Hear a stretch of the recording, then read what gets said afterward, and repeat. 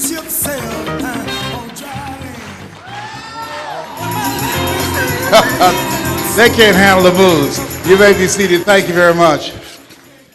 It's a pleasure to be here with you to share a few moments with you. And let's give a round of applause to a man who's been empowering people to help them to live their dreams, to go to the next level. Major break. Now, like, hello? Y'all should have an ever-ready battery, you know. Okay. Let's try this again. Thank you so much. Thank you. This is even better microphone here. Anyhow, as I was saying, Eric has been helping people to live their dreams for a very long time. That has been his passion. That's who he is.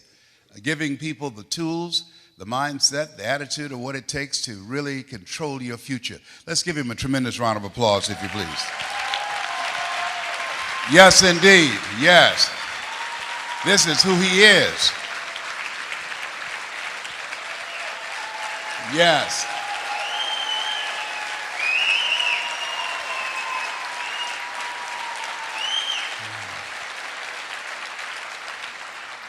That's my brother from another mother.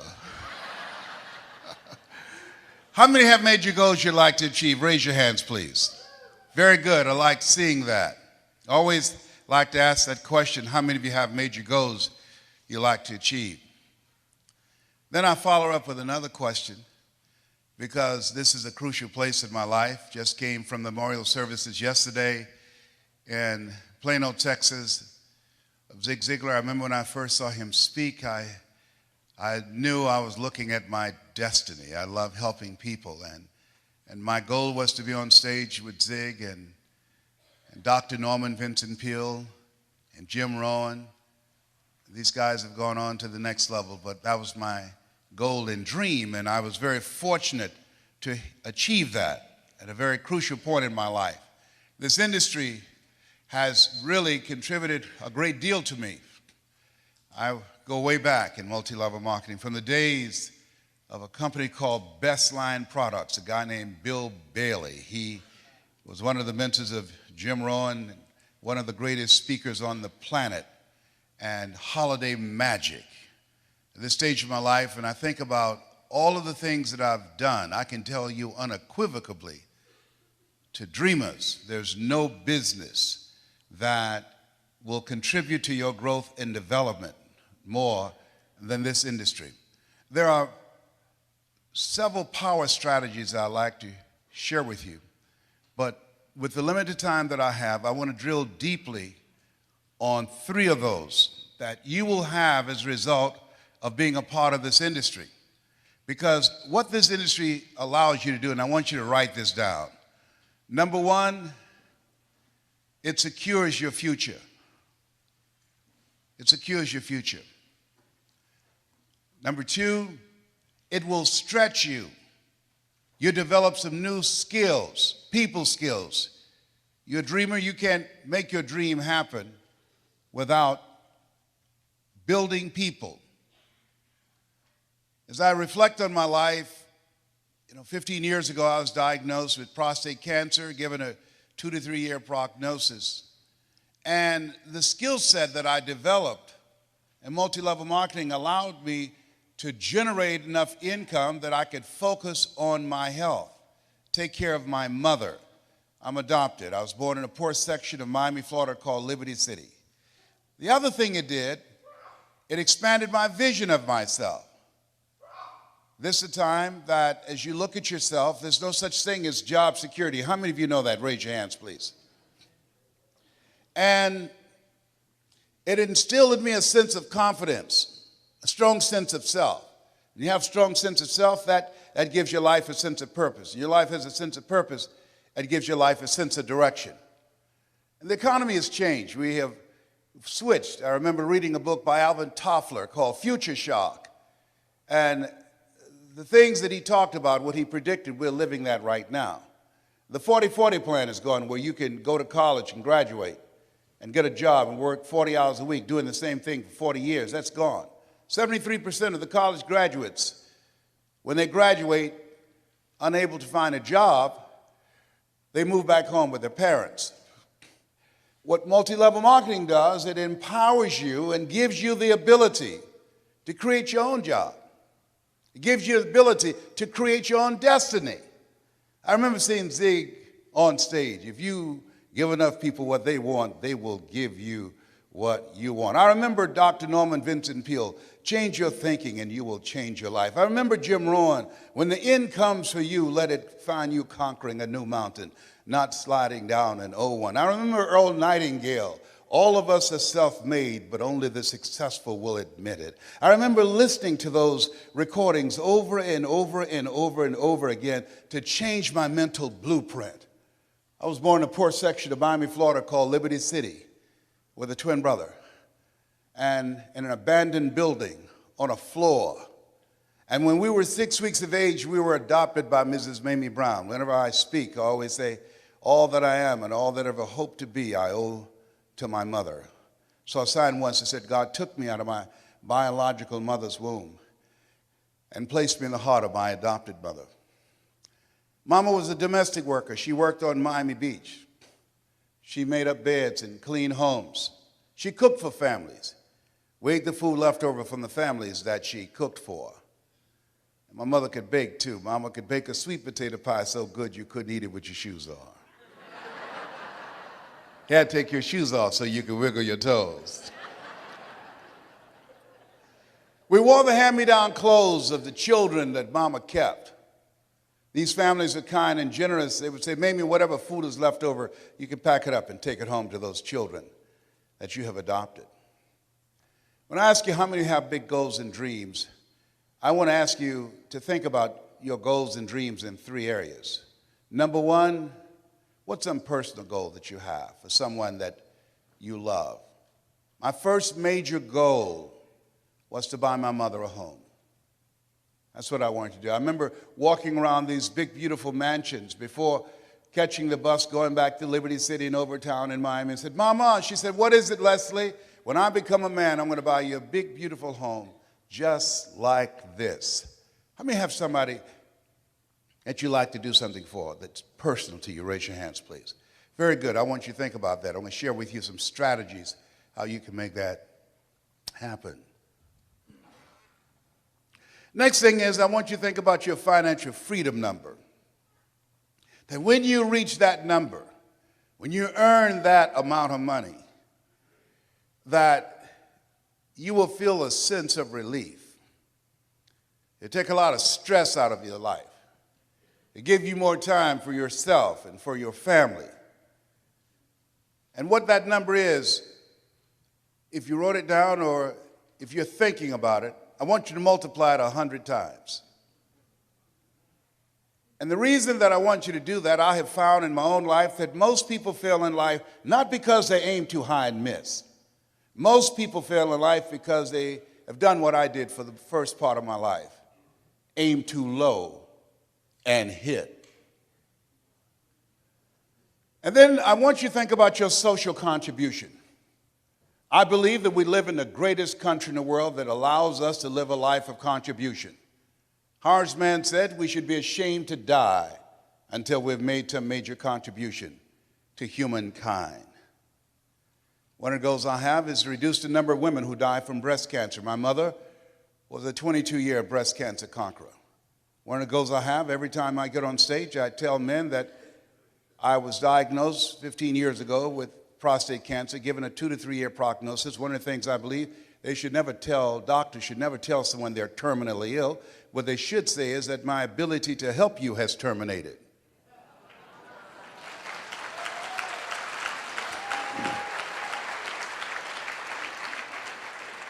So I encourage men to get their PSA test, which stands for prostate specific antigen, and the digital rectal examination. And I'll be glad when they can check our prostate by looking in our ears. Can you feel it, brother? Up at here, up at here. I was at this medical convention, a friend of mine said, hey, Les, let me give you a free rectal. I said, no, buddy, you too motivated. Homie don't roll like that, you know what I mean? I was at Florida Hospital. Guy came in, new doctor, didn't say hello, good morning, anything. Goes get some gloves and some petroleum jelly. I said, hey, buddy, This is our first date. Hey, you got to bring me some potato chips, some M&M peanuts. We got to sit down and talk. I got to get relaxed. What's your mama name? I can't believe I'm telling y'all this. I'm turning red, but y'all can't see it. Oh, my God. One of the goals I have is to train. My gifting is in the area of helping you to discover your power voice, how to become a powerful presenter. That's what multi-level marketing does. The money's in the front of the room. The money's in 101, small groups on the telephone. Your ability to present yourself. A gentleman changed my life, Mr. Leroy Washington. He's in his 90s now. He's blind from glaucoma. I never forget the first day we met. I went in his class. He said, young man, go to board and work this problem out for us. I said, oh, I can't do that, sir. He said, why not? I said, I'm not one of your students. He said, look at me. Yes, sir. Go to the board and work the problem out anyhow. I said, I can't do that, sir. And the other students started laughing, saying, he's Leslie. He's DT. He's got a twin brother. His twin brother, Wesley, is smart. He's DT. He said, what does DT stand for? He's the dumb twin. And many of the kids laughed, just like some of you did. And I said, I am, sir. And he came from behind his desk and he looked at me. He said, don't you ever say that again. Someone's opinion of you does not have to become your reality.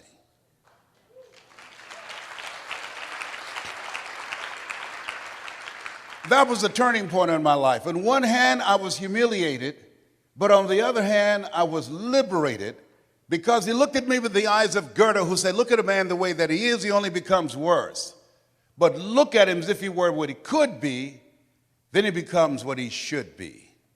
I want you to shake someone's hand on your right and left and look them in the eyes and say, you have something special. Do that right now.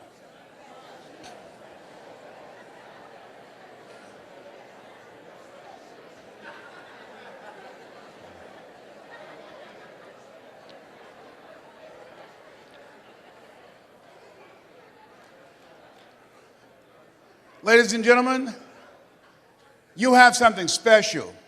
I don't know you, but here's what I know about you based upon my own experience. You have something special. You have greatness within you. You have the ability to do more than you can ever begin to imagine. Just the fact that you showed up, the fact that you said yes to this industry, it says a lot about you. You're uncommon. Because it means that you have a sense of taking responsibility for your own life. George Bernard Shaw said the people that will make it in this life, they look around for the circumstances that they want, and if they can't find them, they create them.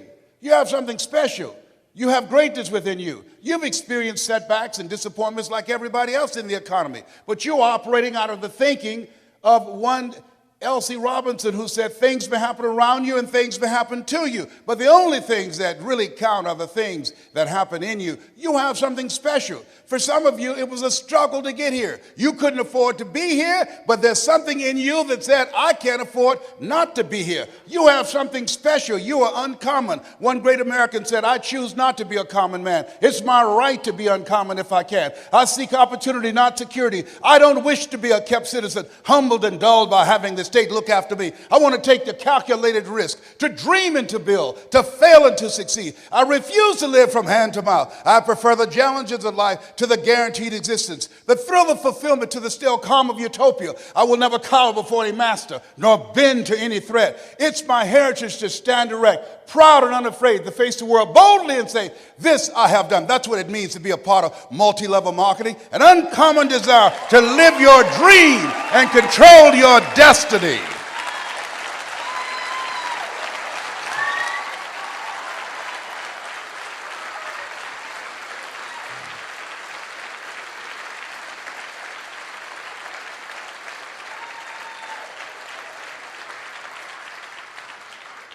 There's something in you that says that you're not sitting back waiting to see what politicians will do for you. There's something in you that says, I'm not going to focus on the general economy, I'm going to focus on my personal economy. There's something in you that says the most dependable hand in the world is the one at the end of your risk. There's something in you that says always strive to get on top in life because it's the bottom that's overcrowded. You are different. You have greatness within you. Dr. Howard Thurman, come forth. Here's a man that, after having 238 radiation seed implants, and my PSA continued to increase. In fact, last year this time it was over 1,500, and the little c cancer had eaten 40% of my T1 vertebrae. And I was reading his words that night after leaving Florida Hospital, and doctors had told me that cancer had reappeared, had metastasized in 8 areas of my body. And I began to laugh as the doctor spoke to me, and he was looking real serious. He said, "Why are you laughing?" I said, "I feel like Mother Teresa." He said, "What do you mean?" She said, "Lord, I know you know how much I can bear. I wish you didn't have so much confidence in me." And now my PSA is 0.0. I'm debt-free, cancer-free. Yes, indeed. I stand before you because of God's grace and mercy. And trust me, it's better to be seen than to be viewed. But Dr. Thurman was called upon by Dr. Martin Luther King Sr. He said, "Howard, I want you to mentor my boy, MLK. He was a member of an elite group of orators and mystics and philosophers in his day. He was an advisor to Mahatma Gandhi and to Albert Schweitzer. He wrote, 'Deep is the hunger, the voice of the genuine, the centering moment.'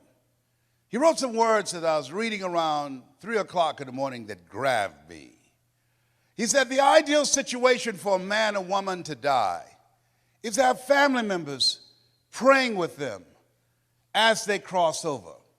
He said, but imagine being on your deathbed and standing around your bed, the ghost of the dreams, the ideas, the abilities, the talents given to you by life, but you, for whatever reason, you never pursued those dreams. You never used those talents. You never used those gifts. You never used those abilities. And there they are standing around your bed looking at you with large angry eyes saying, we came to you, and only you could have given us life. And now we must die with you forever.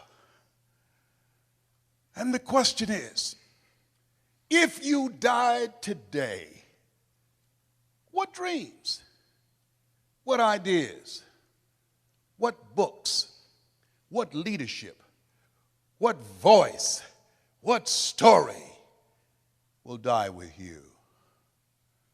Miles Monroe, great speaker out of the Bahamas, said the wealthiest place on the planet, it's not in the Far East where there's oil in the ground. It's not in South Africa where there are diamond mines. He said the wealthiest place on the planet is the cemetery. There you'll find potential never realized. There you'll find books never written. There you'll find abilities and skills and talents and gifts that the world never had exposure to. Maybe that's why Henry David Thoreau asked in a moment of anguish, what if you live your whole life only to discover that it was wrong?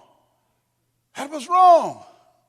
That God had so much more in mind for you. Maybe that's why he said, oh God, to reach the point of death, only to realize that you've never lived, only to realize that you've never scraped the surface of your potential.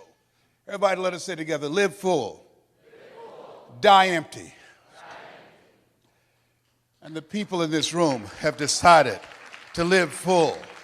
The people in this room have decided to die empty. The people in this room have decided to live life on their terms and not to be a volunteer victim. When you say yes to this industry, you're saying yes for a bigger life. You're saying yes, I'm tired of playing small. You're saying yes, I'm ready to be empowered to snatch victory from the jaws of defeat. You're saying yes to providing for yourself and your family. There's something that's in you that says, I'm not mentally fit to work for somebody for the rest of my life. You're saying yes to your life, yes to your dreams, yes to your unfolding future. Give yourselves a round of applause. Give yourself a round of applause.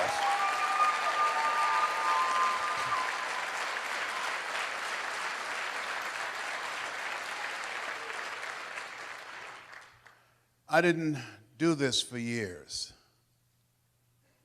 I would go in the balcony of auditoriums and watch Jim Rohn and Dr. Dennis Waitley and Zig Ziglar. And my heart would beat so fast because I love helping people. How many of you love helping people? Raise your hands. I love helping people. And my heart said, I can do that. But then when I would leave there, and as I was walking to the car, my mental conditioning began to speak. And it would say, Les Brown, you can't do that. You don't have a college education. Les Brown, you can't do that. What makes you think that you have something to say that somebody would listen to you? Les Brown, you can't do that. What makes you think that you can speak for AT&T, Procter & Gamble, McDonald's Corporation, IBM? You've never worked for a major corporation. Les Brown, you can't do that. You were adopted. You don't even know who your parents are. How many of you ever thought about something you wanted to do? You felt it in your heart, and then your mind talked you out of it. Raise your hands, please.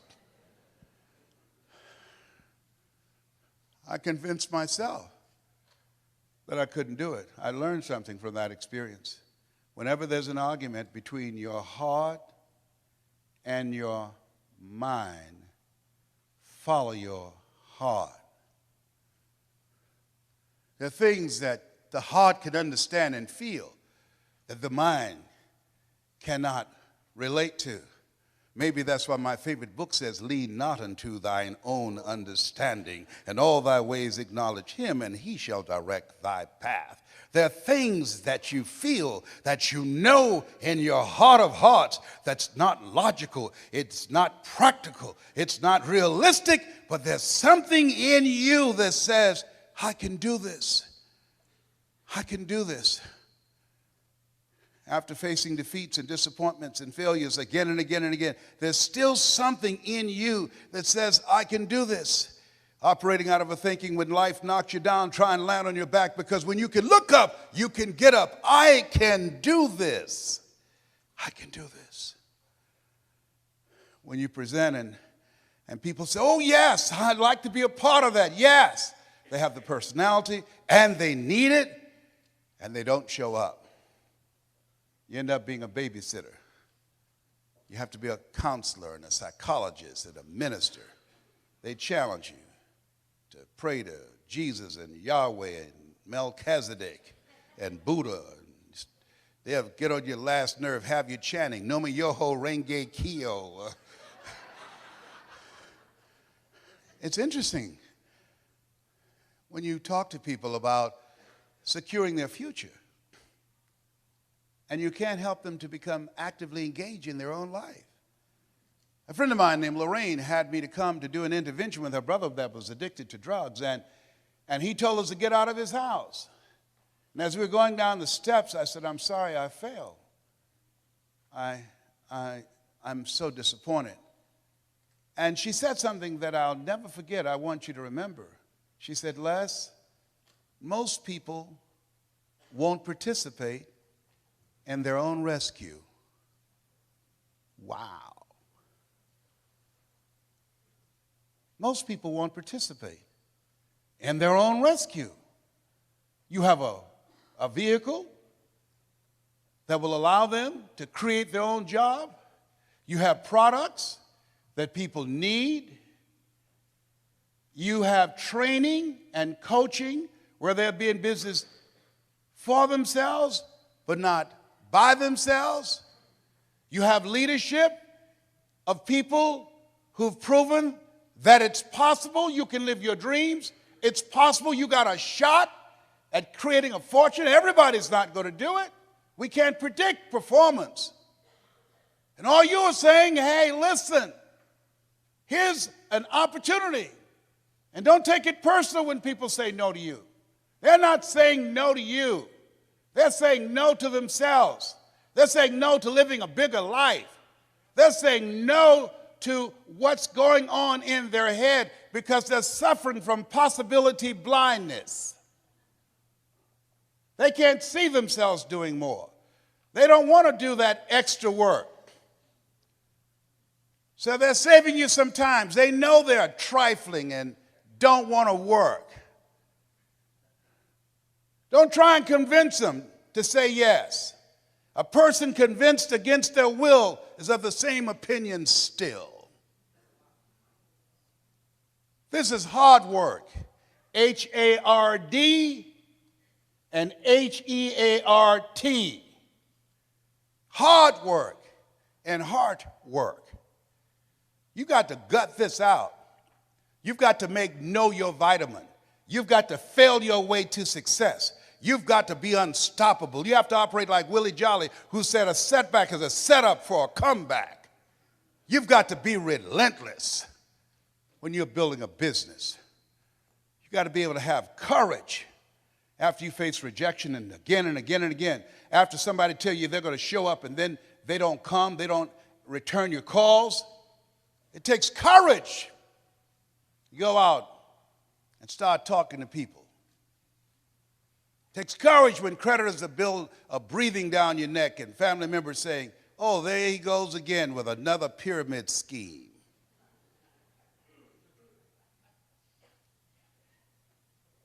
Am I making sense to you? What I'm doing. I didn't do this for 14 years because I didn't have the courage. I was afraid of being rejected because I don't have a college education. I had a tremendous inferiority complex. And something else. In order to make this business successful, to go from a 9 to 5 to 5 until you faint, it's a different mindset.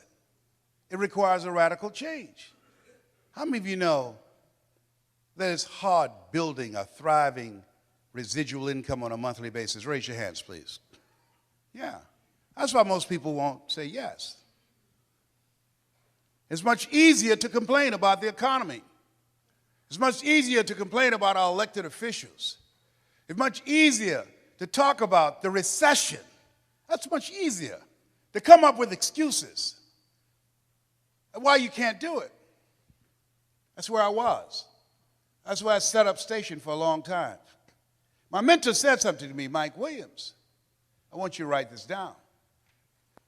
He said, anybody can complain. He said, if you do what is easy, that's complaining. If you do what is easy, your life will be hard. But if you do what is hard, your life will be easy. Come on now. That's strong medicine.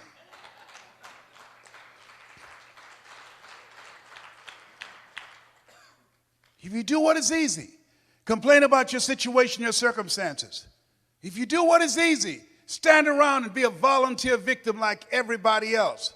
If you do what is easy, surrender and give up on your dreams, become depressed and bitter and angry.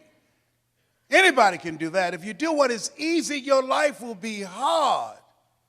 But if you do what is hard, keep coming back again and again and again. If you do what is hard, approaching strangers, talking to people in shopping malls, get up dressed every day, going out prospecting, knowing some way, somehow, with a spirit of expectation, somebody's out here looking for an opportunity. You can go outside right now and see some pigeons, but you're out hunting for eagles, and they're not common. And if you do that over and over and over again, somebody's going to show up. Somebody's going to say, I'm the one.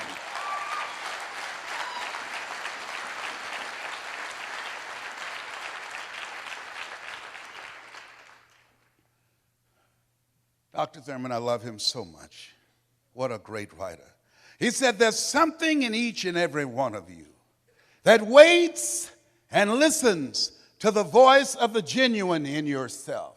It will be perhaps the only guide you will ever have. And if you cannot hear it, all of your life, your days will be spent on the ends of strings that somebody else pulls. And I submit to you that you invested the time and money to go to the airport, to fly cross country. I suggest to you, some of you drove here I suggest to you, you showed up because you said, I'm going to pull my own strings. I'm going to control my own life. Nobody will ever pull my strings again. Give yourselves a round of applause.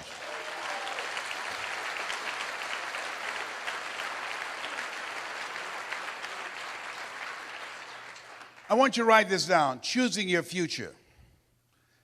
It's a program that we've created that's designed to put in place for you to work on yourself. A systematic process that changes your mindset. It's possible, it's necessary, it's you, it's hard, it's worth it, it's done. It's 6 CDs. Repeat after me, please. It's possible. Yeah, see, the easiest thing that I do now is come up on stage and speak to you. That's easy. But the most difficult thing that I've ever done, and it took me years to do, was to believe that I can do it. To believe that I could stand up and not be afraid and speak from my heart and think and be able to present. To believe that that was possible for me. For 14 years, I didn't do it. Mike Williams said, Les, you can do more than what you're now doing. But I didn't believe it. I just couldn't see myself doing it. I'm saying to you, there's some things that you can accomplish that you can't see right now. My favorite book says, eye has not seen, ear has not heard, nor has entered the heart of mankind what God has in store for you when you're willing to say yes, when you're willing to move forward, when you're willing to come back again and again and again in pursuit of your dream.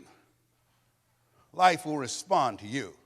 You'll discover some things about yourself. Mindset transformation is very important. Be ye not conformed to this world. Be ye transformed by the renewing of your mind. You don't want to think like everybody else. You want uncommon thinking. Here's the other thing. Expand your skill set. This is the age of what the late Peter Drucker calls the era of the 3 C's. Accelerated change, overwhelming complexity, and tremendous competition. So you have to expand your skill set to stay ahead of technology and cheap labor abroad. When I was a kid, you got on an elevator, I was an elevator boy. What floor, please? We operated elevators manually. So then we're going through creative destruction. Somebody created an elevator that didn't require a person being there employed to close the door and take the people to the designated floor. When I was a kid, girls would say, what do you want to do when you become an adult? I want to be an operator, a long-distance operator. Years ago, when you made a long-distance call, you had to call a long-distance operator. Then somebody created technology that you can dial direct. Am I making this up? Anybody remember you used that call a long-distance operator? It's called creative destruction.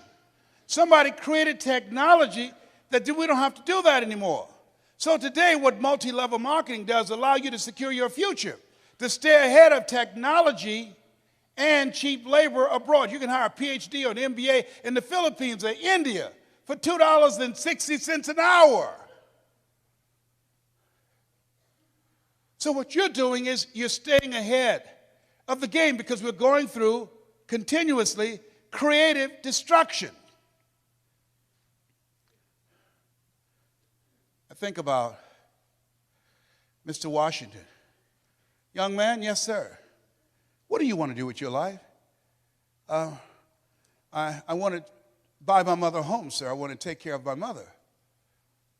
You do? Yes, sir. I want to make my mother proud. How can you say you want to make your mother proud and you were in the dean's office the other day for fighting?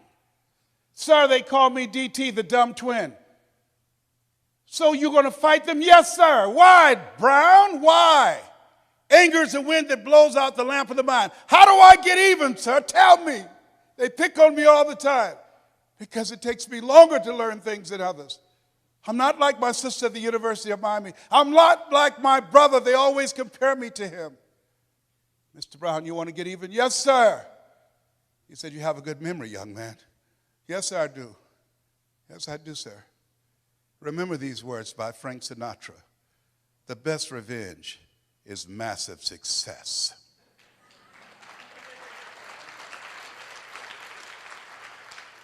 Become massively successful. That's how you become even. Thank you, sir. Mr. Brown? Yes, sir. Why did you sign those papers? What are you talking about? You're the first student in special education that was labeled educable mental retarded, put back from the 5th grade to the 4th grade. You failed in the 8th grade. I fought for you. I saw something in you. You've got greatness in you. I know you're not as fast as your brother. I know you're not like Margaret Ann, your sister. But there's a hunger in you, sir. And I fought for you to get that, and I saw your name. I couldn't believe it when you signed it to somebody else. Why did you do that? Several teachers met with me and said that you wouldn't be with me at Florida A&M University to help me. Mr. Washington, they said if I didn't make the honor roll at Booker T. Washington High School, I would not make it at Florida A&M. You've been like a father to me. I never would want to bring embarrassment to your name. Mr. Brown, I know it's harder for you. But once you learn something because of your hunger, you got it. You master it. He said, I don't care what they said. But did you believe that you could go there and graduate? To be honest with you, sir, no, sir. Not without you, sir. Mr. Brown? Yes, sir. Listen to me. Yes, sir. Sometimes you have to believe in somebody's belief in you until your belief kicks in. Sometimes you have to believe in somebody's belief in you until your belief kicks in. Whoever recruited you to become involved in their organization, they saw something in you. Whoever asked you to be a part of their team, they saw greatness in you. See, you need people in your life who can see things that you can't see. You want to find whoever got you in the business and say to them, thank you. I told Robert Boyd, who recruited me for Best Line Products, thank you, Bob. I don't know what you saw, but I'm not going to disappoint you. You find whoever recruited you, because you are looking for eagles in this business. You're not looking for people who need more. You're looking for people who want more.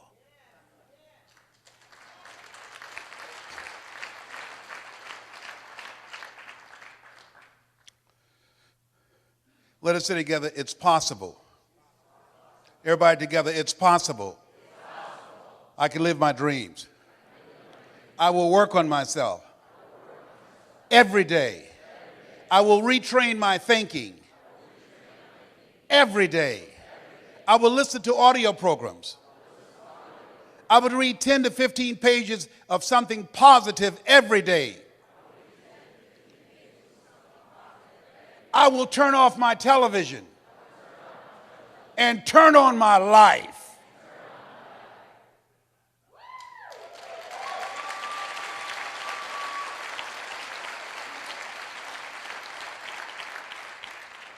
Let us say together, it's necessary to detoxify your life. Ladies and gentlemen, how many of you are serious about reaching your goals? Raise your hands, please. Very good. Jim Rohn asked this question. Look at the people in your life and ask the question, what is this relationship doing to me? See, in order for you to go to the next level, there are some people you need to let go. Let us say together, let go. Or be dragged.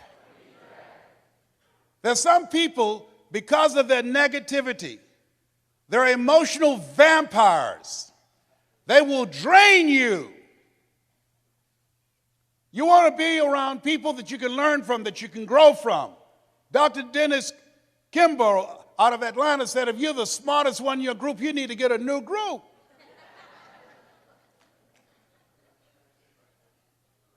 Les, can I change them? No. It's a full-time job changing yourself.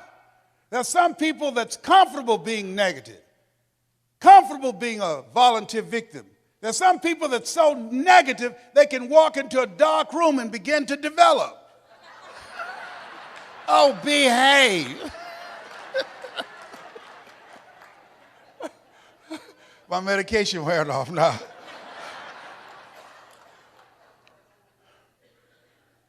When you're talking about earning more money, you got to be serious. One sickness can wipe out a fortune. 95% of the people who filed bankruptcy last year did so because of medical expenses. People say money won't make you happy, but everybody want to find out for themselves. A friend of mine, Rita Davenport, said money ain't important, but it's right up there with oxygen. And let me tell you something, fellas, even if you're as homeless as I am, you got some money, women will find something cute on you. Oh, he's got earlobes like Tom Cruise. He's got a walk like Denzel Washington.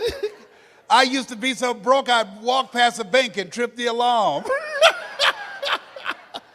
Creditors would call the house and my children would answer the phone and say, my daddy say he ain't home. And sometimes they would catch me on the phone. May I speak to Les Brown, please? Sorry, but he's not here.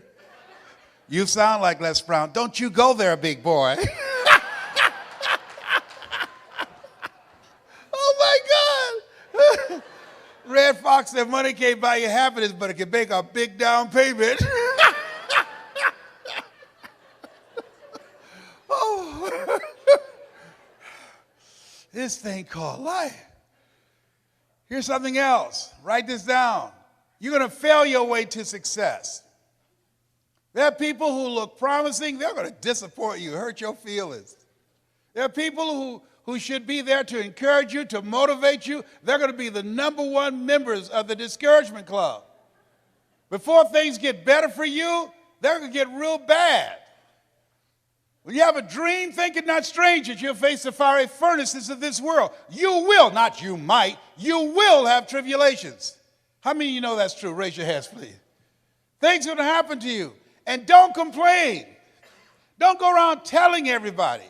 80% don't care. 20% glad it's you. Suck it up and keep on prospecting. And make it happen. Life is happening to everybody. Everybody, let us say together, leap, and grow your wings on the way down. See, in order to control your destiny, you've got to be a risk taker. You got to be willing to risk people talking about you. You got to be willing to risk someone saying no. You got to be willing to fail again and again and again. You're different. You're an entrepreneur. You're strange. You're not like everybody else. We live in a world where we're told more about our limitations rather than our potential, and so most people just can't see themselves doing better. But you're different. You see some things they can't see. And I encourage you, every one of you in this room right now, you're here for a reason. How many of you know people who should be here? Raise your hands, please. Yes. But you know what? They're in their rightful place. Their rightful place is where their thoughts have brought them. Their true place is where their thoughts can take them. Everybody is in their rightful place. Here's something else. Seek out positive information. I want you to write this down. My Facebook page is Brown.Best. Every day we post a positive message there. Every day at Brown.Best. Because you're in this room, I want you to write this down. Because we're going to send you, we're going to do something called presentation power. And you're going to get a chance to view some videos that will give you some directions. But more importantly, I'll tell you what I'm going to send you. I'm going to send you 7 power strategies of how to be a powerful storyteller. So email me at yes@lesbrown.com and say, send me the 7 principles. Mention that you were at this convention. We'll send that to you free. It will give you a guideline how to tell your story. When I started off this presentation, I started off telling my story. I was born in a poor section of Miami, Florida, in Liberty City. Born in an abandoned building with a twin brother. Do you remember I told you that? My mother worked on Miami Beach as a domestic worker, making up beds, cooking for families. Remember I told you that? See, your story is your power. How many of you have gone through some things? Raise your hands, please. How many of you experienced some things in your life? Raise your hands, please. How many of you have periods in your life like me where you're temporarily insane? Raise your hand, please. Your story. A presentation power will tell you how to tell your story. I've given lectures at Harvard, Yale, spoken around the world, telling my story. You got a story too. Here's what the power of the story does and why it's important in your presentation and building your organization and why it's going to give you the upper hand and how to recruit people and how many of you like to get A players? Raise your hands, please. Good. Here's what your story does. Write this down. Distract. See, how people live their lives is a result of the story they believe about themselves. When you are presenting one-on-one or a small group or in a large group, when you tell your story, you are creating an interruption. When you're telling your story about the business of being on a path of creating financial independence, you're interrupting their story, what psychologists call the self-explanatory style. So distract. Let us say together, distract. Here's the other one. Say dispute. When you are going through your presentation, and we're going to teach you how to do this, you're dismantling their limited belief system where they've been programmed to believe only in having a job, the journey of the broke, where they're miserable. They go to work, where they pay them just enough to keep them from quitting, and they work just hard enough to keep from getting fired. That's what you call mixed emotions. Seeing somebody you hate drive off a cliff in your car. You are glad they're gone, but not in my car.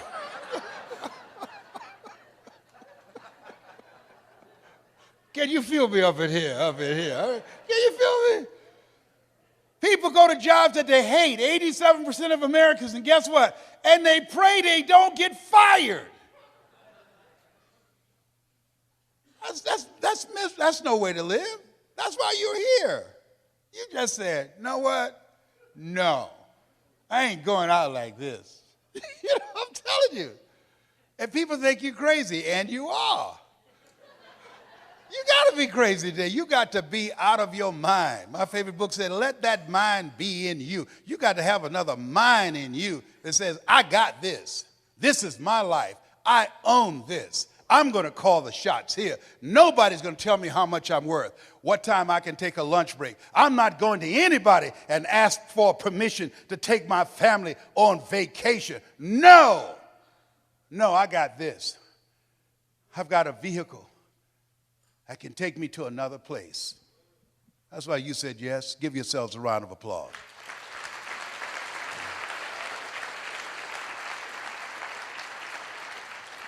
Mr. Washington said, Mr. Brown, transform your mindset. Number 2, he said, practice. Let us say together, OQP. Write this down. Only quality people. Only quality people. You don't want everybody in your organization. You want only quality people. Here's something else he said. Mr. Brown, yes, sir.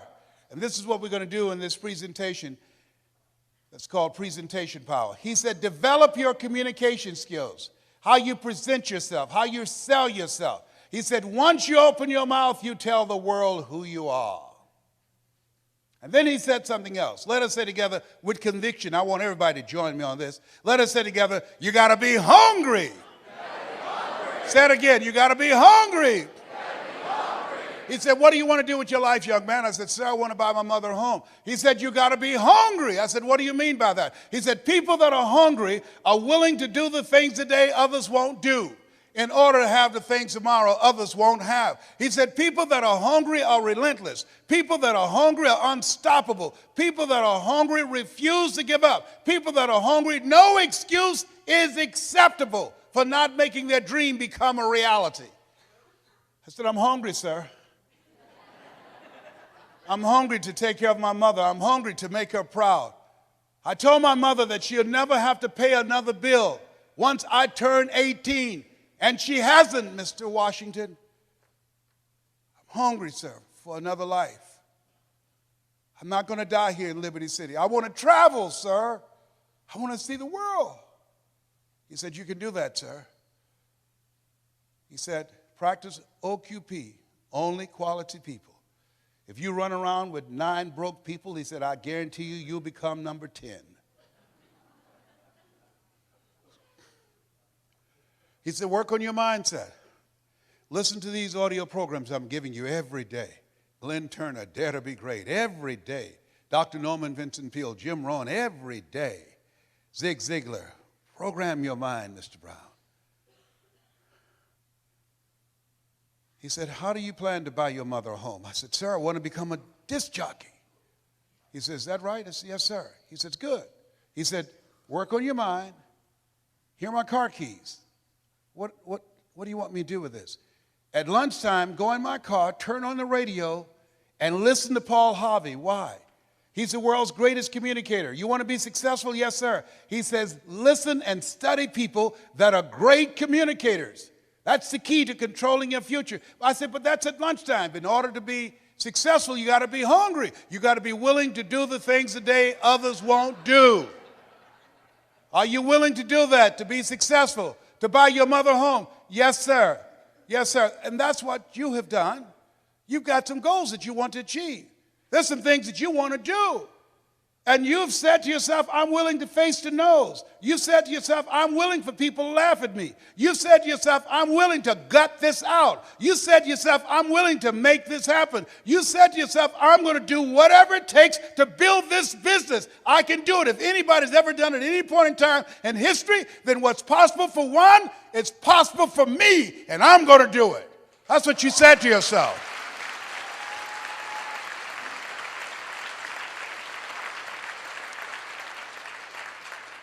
He said, listen to Paul Harvey every day. So you want to be a disc jockey? Yes, sir. He said, I want you to create your format. What will your personality be?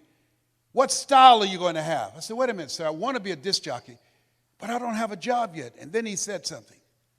He said, it's better to be prepared for an opportunity and not have one than to have an opportunity and not be prepared. He said, you got to expect to become successful. Let us say together, I expect to win.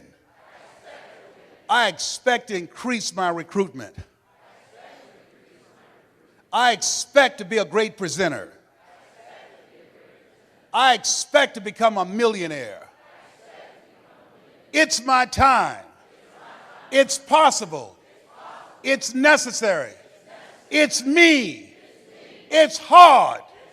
It's worth it. Nietzsche said, if you know the why for living, you can endure almost anyhow. Your homework assignment is write down 5 reasons that will make it worth it for you. So when the tough times come, and they're going to come, when you feel like you can't see the light at the end of the tunnel, and that's a part of the process, your reasons will be your rod and staff to comfort you, to take you through the storms of life. He told me, you want to be a disc jockey? Practice on your communication skills. Visualize yourself talking to thousands of people, Mr. Brown. See yourself on stage presenting. Be willing to invest in yourself. Warren Buffett was being interviewed by a financial analyst on CNN. He said, what's the most important investment a person can make today? Warren Buffett, a billionaire, has billions of dollars in the stock market, billions of dollars in real estate. He looked at the reporter and said, the most important investment you can make is in yourself. The reason you're here, the reason you invested your money, your time and energy in transportation and the room and all the costs in a so-called tough economy, because you have the mindset of a billionaire. You know, investing in yourself, you are your most treasured asset. Give yourselves a round of applause. Come on, bring energy level up.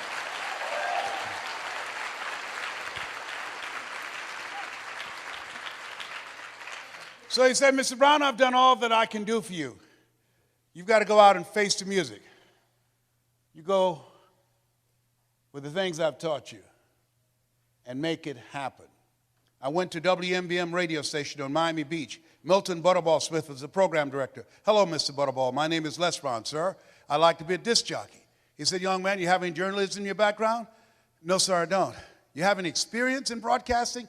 No, sir, I don't, but I practice every day. Let me audition for you. Let me show you how good I am. He says, no, we don't have any job for you. How many have been rejected? Raise your hands, please. I was devastated with rejection. I went back, Mr. Washington. I said, Mr. Washington. They said, no.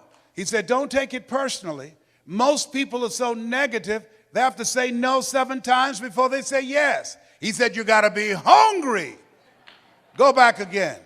I said, yes, sir. I went back again. Hello, Mr. Butterball. How are you, sir? My name is Les Brown, sir. I'd like to be a disc jockey. He said, I know what your name is. Weren't you here yesterday?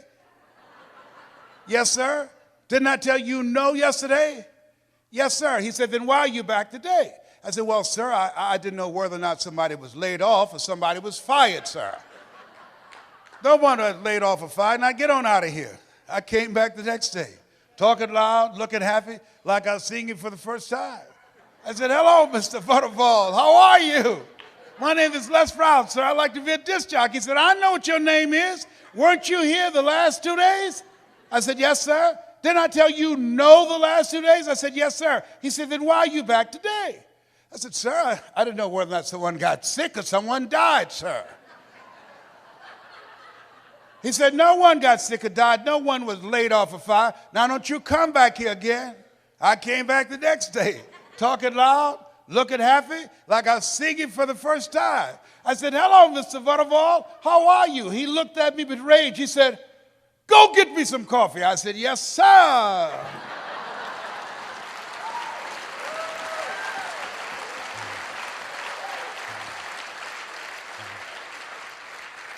My favorite book said, the greatest among you will be your servant.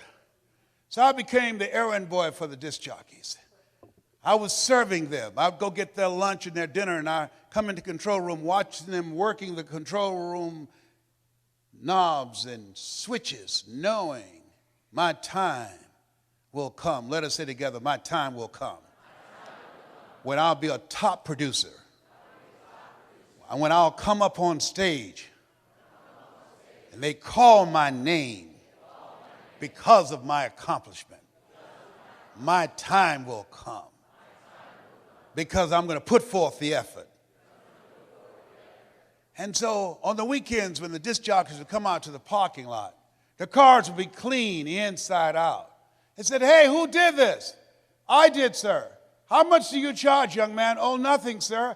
I just wanted to help out. Write this down. Build relationships. Build relationships. Give before you ask people to come into your business. Find some way to compliment them. Talk to them, ask them questions. Find out what's important to them, what's stressing them out, what keeps them up at night, what drives them, what they value. Don't advance with the business. People do business with people they know, like, and trust.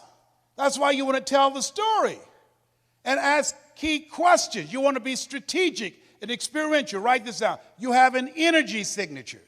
People are feeling you out. They're listening to you. They're watching you. And so, he said, look, here are my car keys, young man. Diana Ross and the Supremes are coming to town, the Four Tops and the Temptations. I want you to pick them up at the airport and take them to the Fontainebleau Hotel on Miami Beach. It is my pleasure to serve you, sir. I would drive these entertainers all over Miami Beach in the disc jockeys' big, long Cadillacs. I didn't have any driver's license, but I'll drive it like I had some. Then one day, it's a Saturday afternoon, a disc jockey by the name of Rockin' Roger was drinking while he was on the air. Rockin' Roger got so drunk, he could not complete the show. He began to slur his words. He's about to fall off the chair. It's a Saturday afternoon, and I was the only one there, looking at him through the control room window, walking back and forth, young, ready, and hungry. I was saying, drink, rock, drink. Drink, rock. I'd have gone and get him some more if he'd asked me to. Then pretty soon the phone rang.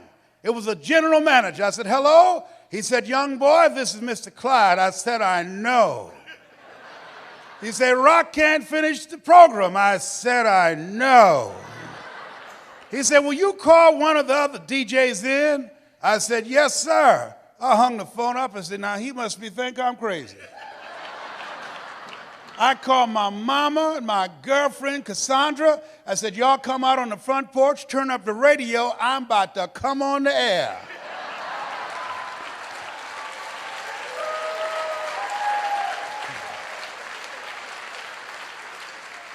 I waited for about 20 minutes and I called him back. I said, Mr. Klein, I can't find nobody. He said, young boy, you know how to work the controls? I said, yes, sir. He said, go in there and segue the records, but don't you say nothing here. I said, yes, sir. I couldn't wait to get old Rock out of the way. I put on a fast record. I said, look out, this is me, LB, Triple P. Les Brown, your platter playing papa. There were none before me, and there will be none after me. Therefore, that makes me the one and only. Young and single and love to mingle. Certified, bona fide, duly qualified to bring you satisfaction and a whole lot of action. Look out, baby, I'm your love man. I was hungry. Give the old man a round of applause. I was hungry. I was hungry. I was hungry. You got to be hungry.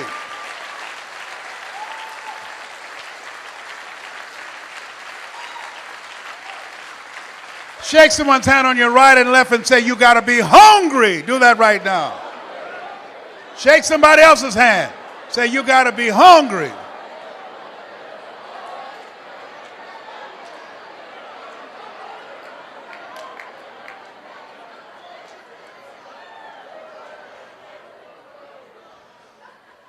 People that are hungry believe if you do what is easy, your life will be hard. But if you do what is hard, your life will be easy.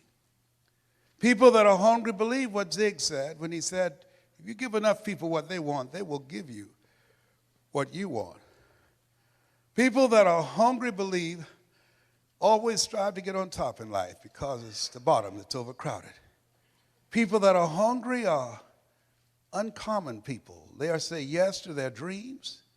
They say yes to an opportunity where they can develop their entrepreneurial skills, where they can develop their mind and their leadership skills, where they can become versatile and flexible and create and build a business they can be proud of. People that are hungry have a vision of themselves when they leave here, leaving a legacy and not liabilities. People that are hungry understand that most people die at age 25 and don't get buried till they're 65 because they're not willing to take a chance on themselves. People that are hungry are a rare breed. They're risk takers. I don't know what you want to do. Seemed like yesterday when I was the new kid on the block. Now at 68, I'm the old timer. I used to think people in their 40s were old. Now that I'm 68, I feel like I served at the Lord's Supper. And I know I look young for 68 because I used mascara to cover my gray hair. I was over there asking Maria. I said, Marita, can you have any mascara? She said, oh, you look just fine. My kids say, Daddy, you look distinguished with your gray hair. I said, 68, I'm not trying to look distinguished. I'm trying to look young. I got to tell you this story. Don't tell anybody, please. I gave this speech at the Georgia Dome. And after I finished, it's called It's Not Over Till I Win. And after I finished, somebody came back and said, Mr. Brown, I know you're tired, and our speaker canceled. Do you have enough energy to do another program? I said, no, I'm tired. He said, we can pay you a full fee of $25,000. I said, the Lord is able.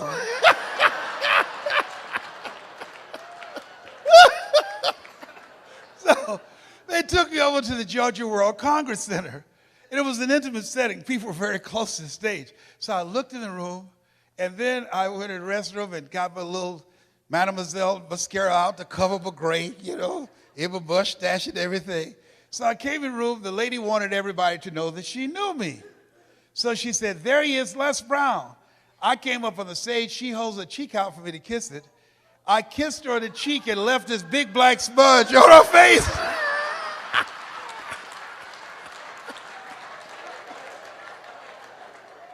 I said, oh my God. So I didn't know what to do, so I just sat down. So the people down front start saying, there's something on your face.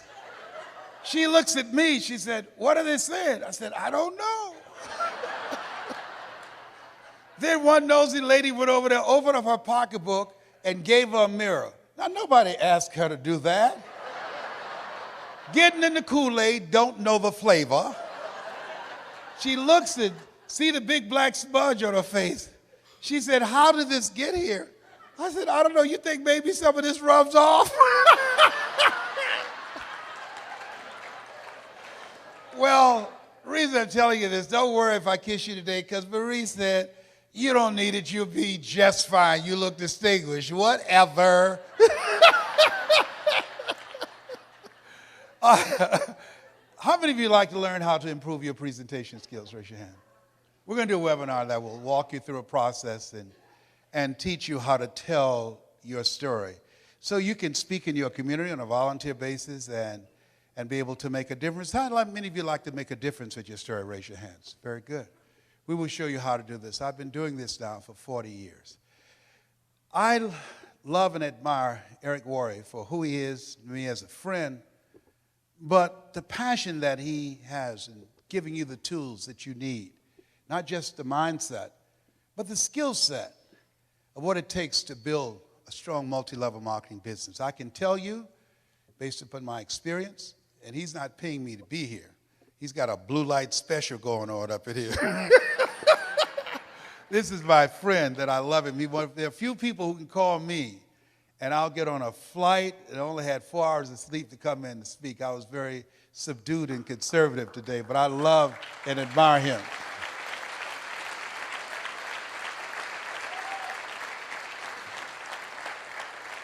But if you're serious about your story, make sure you email me and put in there the 7 story principles. Put that in there, and we will email this to you free at lesbrown.com. I'd like to leave this with you. After leaving Zig's memorial yesterday, who was a great man, who contributed so much to so many people, I said, God, let me touch and change millions of people's lives like Zig has done. Let me make my mark like he made an incredible mark. Let me touch hearts and minds like he touched me when I first saw him. And I drove many miles, 400 and 500 miles, to see him and Jim Rohn and Dr. Norman Vincent Peale and Charlie Tremendous Jones. Let me be an instrument to give people hope, to inspire them to expand their skill set, to encourage them to create collaborative, achievement-driven, supportive relationships. God, let me live a life that counts, that means something to people. God, help me to be able to inspire people like Mr. Washington inspired me, like Mike Williams, my mentor for the past 43 years, who saw something in me I could not see in myself, who believed in me when I didn't believe in myself. Please let me live a life that matters. I want to leave this with you. At this stage of my life,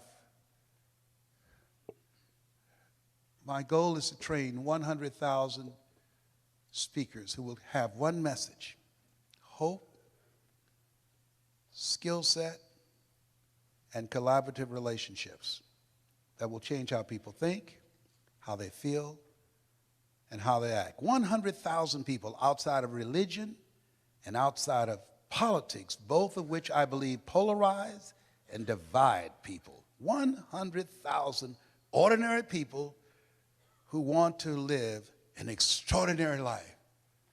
God, give me the stamina and the vision to use my gift that you have given me to work with people who are hungry to make their lives count. I want to leave this with you that my mother used to love to say to me when she was in pain. Leslie, yes, ma'am. Come in here. Yes, ma'am, mama. What is it, baby? Say that thing for me, boy. That makes me feel good. Yes, ma'am, mama. My mother's dream was to raise 7 children she didn't have, to make sure we had a roof over our head and food on the table. And she never failed. We never went to sleep hungry. She's a hard worker, and she had faith. I remember the first home I bought her, and this home she saw. I said, Mama, how you like that? She said, if I lived in something like that, I would feel like Mrs. Rockefeller. She didn't know I had planned to get that home for her. I purchased the home, and I said, Mama, I think I know the people who live there. You do? I said, yes, ma'am. I said, I'm going to stop in and say hello. And I drove there, and I opened the door, and she got out, and Mama at that time, around 76, she held my arm, and we were walking toward the house. She looked at how beautiful this house was. She said, Leslie, you sure you know these people? Yes, ma'am, Mama, I do. And we got to the door, and I couldn't hold it anymore. I reached in my pocket, I took the key out, and I put it in the door. I said, Mrs. Rockefeller, this is your home.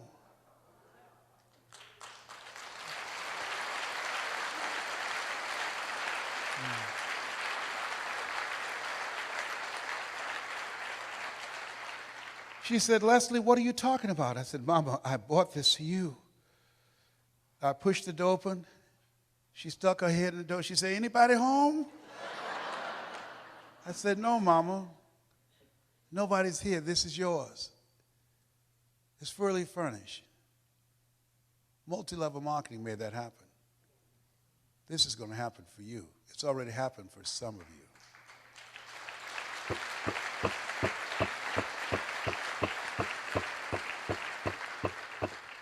Mama has since passed. She was born on November the 6th, just like Zig. I remember her walking around the house looking and said, thank you, Jesus. Thank you, Jesus. And Leslie, you were such a problem kid. You were so crazy. I said, I know, Mama, but I'm rich now.